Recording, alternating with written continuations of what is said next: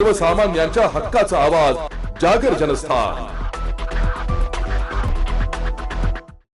भाऊसाहेब हिरे वैद्यकीय शासकीय महाविद्यालयात अस्वच्छतेने कळस गाठला असून परिणामी रुग्णांसह त्यांच्या नातेवाईकांच्या आरोग्याचा गंभीर प्रश्न निर्माण झालाय।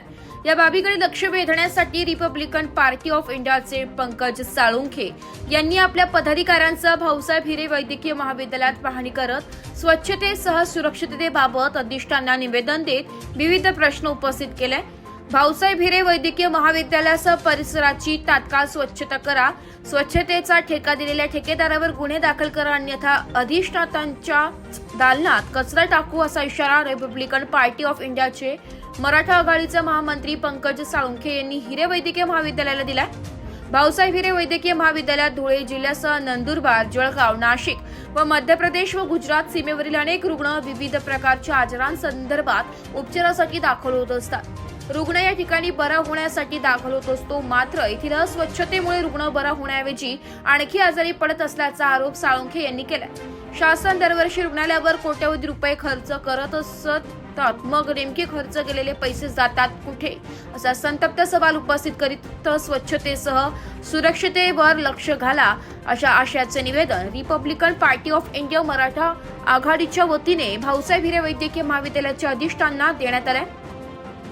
यावेळी आरपीआय मराठा आघाडीचे महामंत्री पंकज साळुंखे, महिला जिल्हाध्यक्षा नैना दामोदर यांच्यासह आरपीआयचे पदाधिकारी मोठ्या संख्येने उपस्थित होते। जागर जनस्थानकरिता प्रतिनिधी रूपक विरारी धुळे। मराठा आणि व्यापारी आघाडीच्या वतीनं आम्ही इथे जिल्ह्यातील आपल्या धुळे जिल्ह्यातील भाऊसाहेब हिरे महाविद्यालय जे आहे, ज्याला आपण सिव्हिल हॉस्पिटल म्हणून इथं आलेलो होतो यांना निवेदन देण्यासाठी। तर इथला जो विषय आहे खास करून सुरक्षा आणि स्वच्छता, सुरक्षतेच्या बाबतीमध्ये इथे जे काही इकडच्या एरियातले तरुण आहेत ते आज इकडच्या एरियामध्ये येऊन इथे खोदकाम चाललं आहे, इथे येऊन खुशाल दारू पितात, धिंगाणा करतात आणि इथले जे ॲडमिट असलेले रुग्ण आहेत तर त्या रुग्णांची सुद्धा आरडावी करतात। शिवाय ती स्वच्छता जी आहे, असं वाटतं की आपण इथे शासकीय रुग्णालयात आलेलो आहोत, परंतु ते माणसांच्या की गुरांच्या। जर आज शासनाच्या वतीनं दरवर्षी अर्थसंकल्पीय जो बजेट होतो त्याच्यामध्ये प्रत्येक जिल्ह्याला, प्रत्येक रुग्णालयाला हजारो करोड रुपयांचा निधी दिला जातो। मग हा निधी जातो कुठं नेमका, हा प्रश्न आमच्या सगळ्या पूर्ण महिला वर्गाला पडलेला आहे। आम्ही इथे आल्यानंतर सगळी चर्चा केली, यांना सगळे फोटोग्राफ, यांना व्हिडिओज दाखवले स्वतः साहेबांना, CIG बांबरे जे आहेत अधिष्ठाता। तर याच्यामध्ये आम्ही 8 दिवसाचा अल्टिमेटम दिलेला आहे।